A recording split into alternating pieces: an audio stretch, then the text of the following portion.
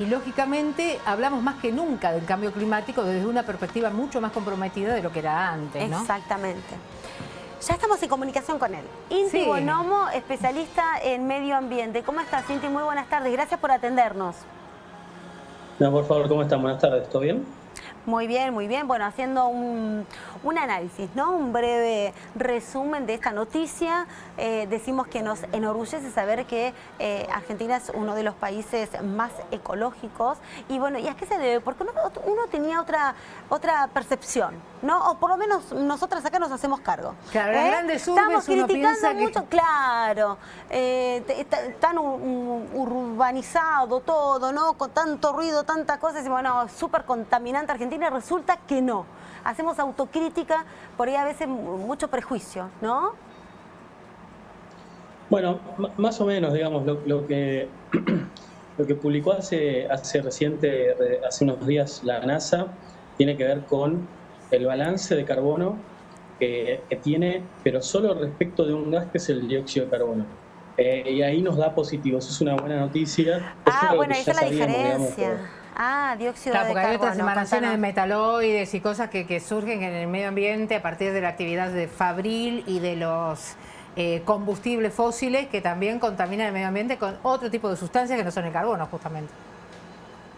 Exactamente. Es entonces un balance que mide eso a raíz de, sobre todo, nuestros bosques patagónicos, nuestra selva misionera, que captan una buena cantidad de carbono en los suelos, digamos. Entonces lo que se mide es la cantidad de carbono que ingresa versus la cantidad de dióxido de carbono que se emite en transporte, fábricas, deforestaciones y demás.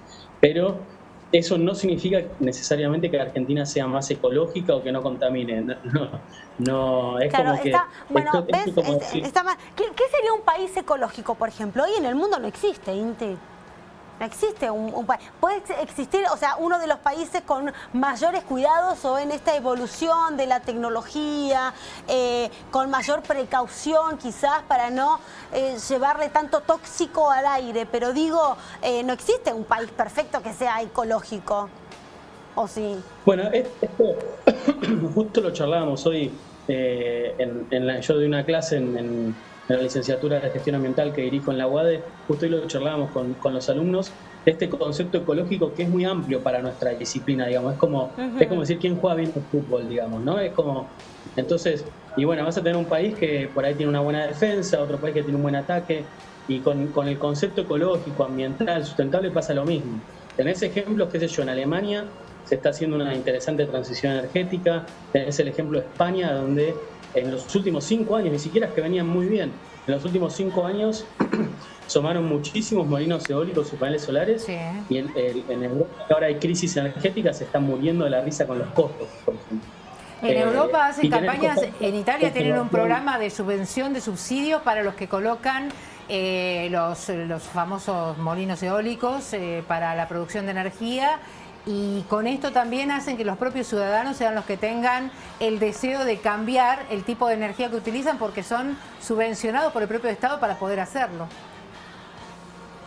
Exactamente, y además ahí en España se puede elegir, nosotros acá tenemos una distribución de la energía monopólica en Argentina, ¿no? Donde vos te toca de sur o te toca de norte, digamos. Allá vos podés elegir cuál va a ser tu prestador y eso hace que haya distintos precios porque cada prestador tiene su manera de generar energía y entonces lo que se está pasando todo el mundo al eólico y al solar porque justamente es mucho más barato. Estamos hablando de un kilowatt hora 100 o 200 veces más barato a veces que lo que está en Francia, por ejemplo. Ahora, Inti, porque para no ir a lo tan complejo, ¿no? Vos que das tus clases en la UBA, como dijiste recién, hoy tuvieron una charla, pero para no ir tan a lo técnico, ¿no? Para ir a lo más llano y más simple, ¿cuáles cosas son las que mayor provoca la contaminación en nuestro país? ¿Cómo prevenirlos? ¿Cómo hacemos para tener un cuidado o mayor concientizarnos, ¿no? En todo caso, como responsables cada uno de nosotros, responsabilidad civil, ¿cómo hacemos?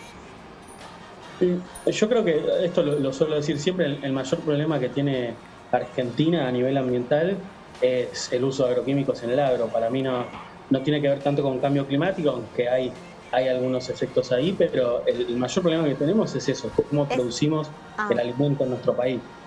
Es cómo producimos, perdón, no escuché. Claro, cómo se siembra, cómo se hace la producción agropecuaria, ¿no? A partir de los agroquímicos y todos los elementos que intervienen. Lo que se utiliza para poder tener una tierra más fértil y eso. Sí, claro, puede ser desde la fumigación hasta la fertilización. La producción. Ahora, exactamente. Que en un momento se habló de eso, ¿te acordás? Claro, sí, en un momento sí, fue un tema muy polémico. Sí. ¿Qué incidencia hay en cuanto a la cantidad de población y también a la topografía de los lugares? Porque estábamos mirando el mapa mundial y vemos, por ejemplo, que lugares densamente poblados de la Tierra, como China, Estados Unidos, bueno, Estados Unidos que no adhiere al protocolo de Kioto, ¿no? Son los que más altamente contaminantes son. Y después vemos otros países, pero que también su topografía, su geografía, digamos, les ayuda porque son zonas poco habitadas, como el caso de Rusia. Exactamente. Ahí la ecuación que va a haber, digamos, a nivel mundial es que los que tengan una cosa que llaman bosques boreales o bosques templados van a absorber mucho dióxido de carbono y eso va a depender de tal cual lo que vos decís, el clima y la topografía, la geografía que haya en cada país. Ahora, lo que termina pasando es que luego eso se balancea también con lo que emiten. Ahí aparecen Estados Unidos, China, que por más que tienen esos bosques, lo que emiten es mucho más grande. Pero una cosa importante, por ejemplo, es que ese balance, digamos, si China fabrica algo pero se lo vende a Noruega no se lo cuentan, se lo cuentan a China. Entonces ahí hay que tener cuidado también, esos balances territoriales a veces se esconden, que en realidad el que está consumiendo el dióxido de carbono es otro país. Exacto. ¿Y con Brasil qué pasó? Porque Brasil vemos que está también con colorimetría intermedia, y uno se imagina el Amazonas, se imagina lugares en donde hay especies arbóreas por cantidades, por miles y millones de hectáreas, que inclusive son inexploradas, que son desconocidas todavía, y bueno, a la vez el fenómeno de la deforestación, ¿no?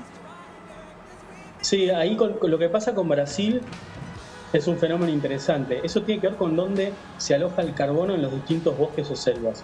En las selvas tropicales, como es el Amazonas, el carbono está sobre el suelo. Por lo tanto, si se deforesta o si pasa cualquier cosa con esa estructura, ese carbono se pierde rápidamente en la atmósfera. Entonces a Brasil probablemente la deforestación del Amazonas le esté cobrando muchísimo eso porque hay mucho carbono yéndose para la atmósfera que se contrarresta con el carbono que absorbe. En cambio, nuestros bosques patagónicos tienen el suelo, por ejemplo, el carbono en el suelo, no en la parte aérea. Y eso hace que a nosotros nos favorezca mucho en esta cuenta.